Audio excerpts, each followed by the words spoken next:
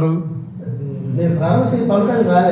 పవన్ కళ్యాణ్ గారు రాని మాట నిజం. ఆయన ఎందుకు రాలేదో మాకు తెలియదు. దీనిలో అవినీతి జరుగుతుందని రాలేదో, ఆయనకి పనుండి రాలేదో, దాని జోలికి నేను వెళ్ళదలుచుకోలేదు. గ్యాప్ పెరిగిందో తగ్గిందో, ఎందుకు రాలేదో, ఎందుకు ఆయన ఎగ్గొట్టాడో, కారణాలు ఏంటో వాటి జోలికి మేము పోదలుచుకోలేదు. ఒకటైతే వాస్తవం, చాలా దారుణమైనటువంటి మోసం జరుగుతుంది, దారుణమైనటువంటి దోపిడీ జరుగుతుంది. నేను చెప్పిన ఈ లెక్కలకు సమాధానం చెప్పగలరా బాబు కొడుకులు ఎవరైనా? నాకు చెప్పకపోతే చెప్పకపోయారు, ఎవరికొకరికి చెప్పి పేపర్లన్నా రాంచండి, అని ఈనాడులో ఉన్నా రాంచండి. ఆయన చెబుతున్నాడు కదా, ఈనాడు అధిపతి రామోజీరావు గారు నామకరణం చేశాడు దీనికి, అమరావతి అని. అందుకనే కావాలి రామోజీరావు గారి సంస్మరణ దినోత్సవానికి 12 కోట్లు ఖర్చు పెట్టారు ప్రభుత్వ సొమ్ము, ఈ నామకరణం చేసినందుకో మరి ఏమో నాకు తెలియదు.